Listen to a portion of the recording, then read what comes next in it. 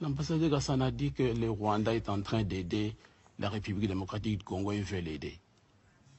Nous voulons dialoguer, Monsieur le Président, avec des gens sincères, des gens qui ne sont pas hypocrites, des gens qui disent clairement ce qu'ils veulent, mais pas avec des gens qui vous disent oui, alors que dans le fond de son cœur, il vous dit non. Dire, Monsieur le Président, que la République démocratique du Congo est un pays souverain, qui n'a pas à recevoir les ordres du représentant du Rwanda, même s'il est membre du Conseil de sécurité.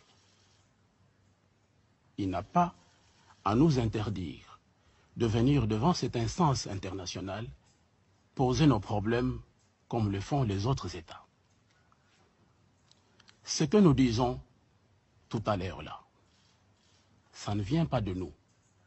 Ça vient des experts, Monsieur le Président, que votre organe, le Conseil, a mandaté pour aller sur le terrain. Ce sont ces experts-là qui ont constaté les faits et qui les ont mis sur table. Et nous, la République démocratique du Congo, parce que nous tenons à la paix, et quand nous relevons ces faits, nous devons venir ici pour recevoir des leçons de l'ambassadeur Gassana.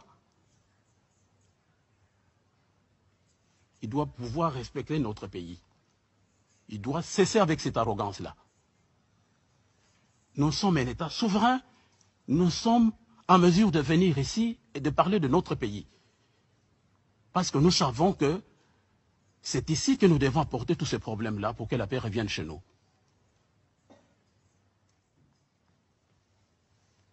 Si le Rwanda veut s'opposer à ce que les experts disent, qu'il s'adresse aux experts, commis par vous, avec le Rwanda y compris.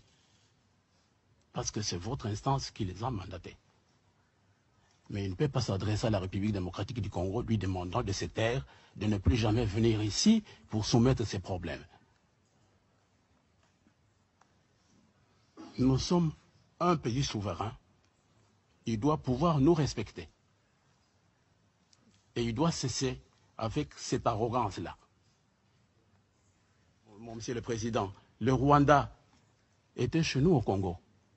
Je ne sais pas pendant combien d'années.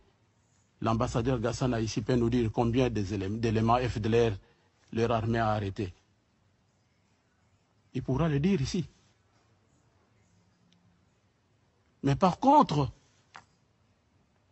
la MONUSCO peut témoigner des éléments de FDLR que notre armée a mis à la disposition de la MONUSCO, qui sont allés au Rwanda et qui ont été recyclés et qu'on a renvoyés au Congo, dans le but de nous maintenir dans la situation que nous connaissons toujours. Les preuves sont là. Donc, qu'ils ne viennent pas nous distraire ici en nous disant qu'ils veulent nous aider. Le Congo a aidé le Rwanda. Vous-même, vous êtes là, vous êtes un produit formé par le Congo. Vous le savez. Je n'y reviens pas. Donc, merci, monsieur. Monsieur le Président, avant de faire quelques commentaires très rapides sur ce qui a été dit par le Président de la Commission, permettez-moi de rappeler le représentant du Rwanda que le Burundi n'a pas de leçons à recevoir de ce pays-là, un pays qui viole massivement les droits de l'homme et qui emprisonne les femmes et les enfants à longueur de la journée. Donc nous n'avons pas de leçons à recevoir de ce pays-là. Donc à sa place, je m'aurais tu. Donc en ce qui nous concerne, c'est un pays qui se dit victime d'un génocide présumé. Et maintenant, ce même pays est responsable présumé de notre génocide commis dans la région en RDC, qui a emporté plus de 6 millions de personnes. Donc ce n'est pas une bonne référence pour les droits de l'homme. Maintenant, revenant sur le président de la Commission, très rapidement, vous m'avez mal cité. J'ai dit que le Burundi se réserve le droit souverain de vous traduire devant la justice pour diffamation. Et vous avez oublié d'ajouter pour tentative de déstabilisation du Burundi. Et nous comptons le faire, c'est notre droit.